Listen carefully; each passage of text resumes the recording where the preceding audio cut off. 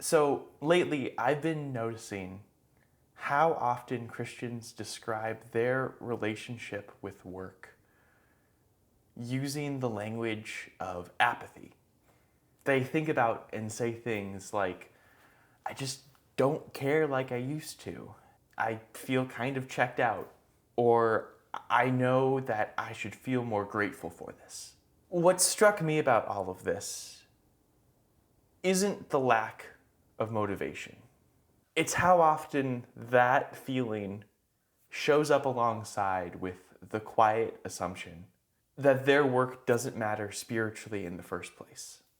The more that I've paid attention to that in my own life and in the conversations I have with others, the more that I have come to realize that what people call apathy is often the result of a deeper belief, a belief about calling that quietly places some lives either closer or farther to God than others. And I didn't always notice this connection. For a long time, I took apathy at face value. If work felt dull or distant, it only seemed natural to assume that that meant that people were disengaged or maybe even spiritually off. But with more conversations that I have, the less that explanation makes sense. Because the people that are describing this kind of apathy are not indifferent people. I mean, these are people that are thoughtful, they are responsible, and they are people that care about their faith. But what they didn't believe, often without realizing it, is that their professional lives, their professional work, carried the same weight as higher callings in ministry. And when you have that kind of belief and you absorb that thought for long enough, caring deeply about your work begins to feel confusing, maybe even suspect. Here's the pattern I keep noticing.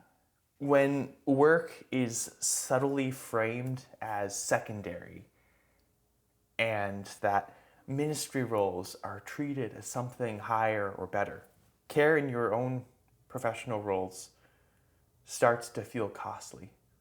Because why invest deeply into something that you've been taught matters less? So naturally, people protect themselves. They pull back emotionally, they lower their expectations, they tell themselves it's just a job. And it's not because they don't care about their work, but because caring about something that has been labeled spiritually lesser creates tension they don't know how to resolve. Over time, that tension can harden into disengagement. And that disengagement is what we usually mislabel as apathy. At some point, I stopped asking myself why so many Christians felt apathetic about their work. And I started asking myself, why do we assume that only specific types of work are spiritually significant? Because if professional vocation is always framed as less than ministry, then emotional distance is not a failure of faith. It's a coping mechanism.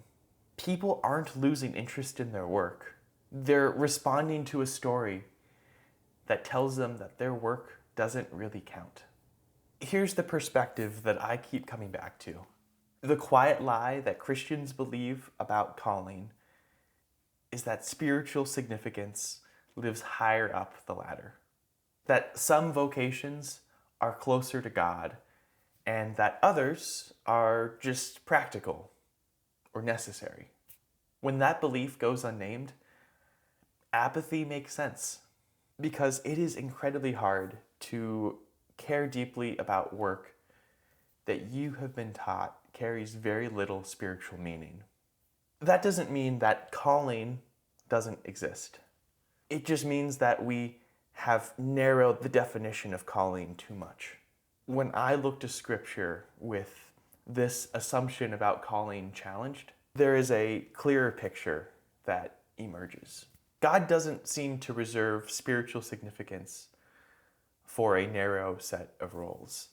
What shows up again and again is attention to how people live, their faithfulness, their integrity, their wisdom, how they care for others, how responsibility is handled. Those qualities don't belong exclusively to ministry. Those are godly given gifts that belong to everyone, to all believers.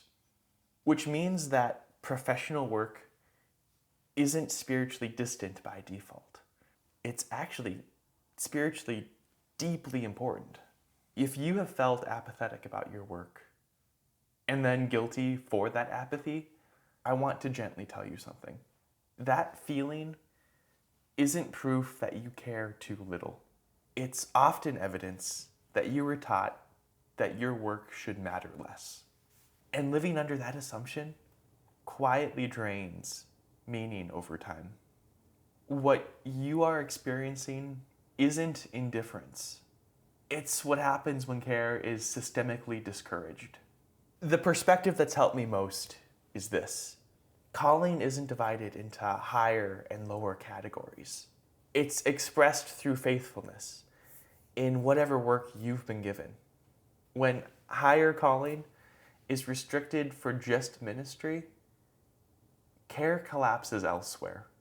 But when calling, true calling, is understood as a way of living faithfully before God, not as a spiritual hierarchy, work regains meaning and apathy loses its grip.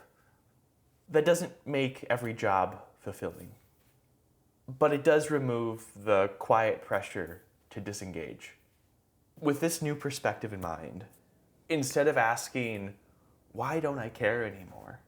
I've been sitting with a different set of questions. These are questions I think are good for all of us to reflect on. Questions like, where did I learn that this work mattered less? What messages shaped how I rank spiritual value? What parts of my work still carry quiet meaning, even if I've been taught to downplay them? And what would change if I stopped treating my vocation, my work, as if it were spiritually secondary? Those questions don't demand a huge career overhaul or career shift, but they do invite a reorientation of value. And that reorientation changes how much of yourself that you're willing to bring. This video is not about apathy. It's about naming the belief that produces it.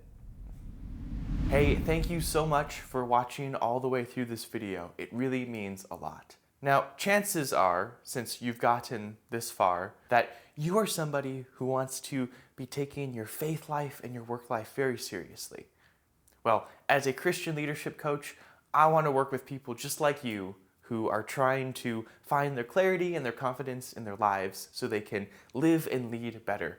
If that's something that interests you even just a little bit, I highly recommend you check out my link down below to learn more about my coaching services and how we can work together. Again, thank you for watching, and I hope we can connect more in the future.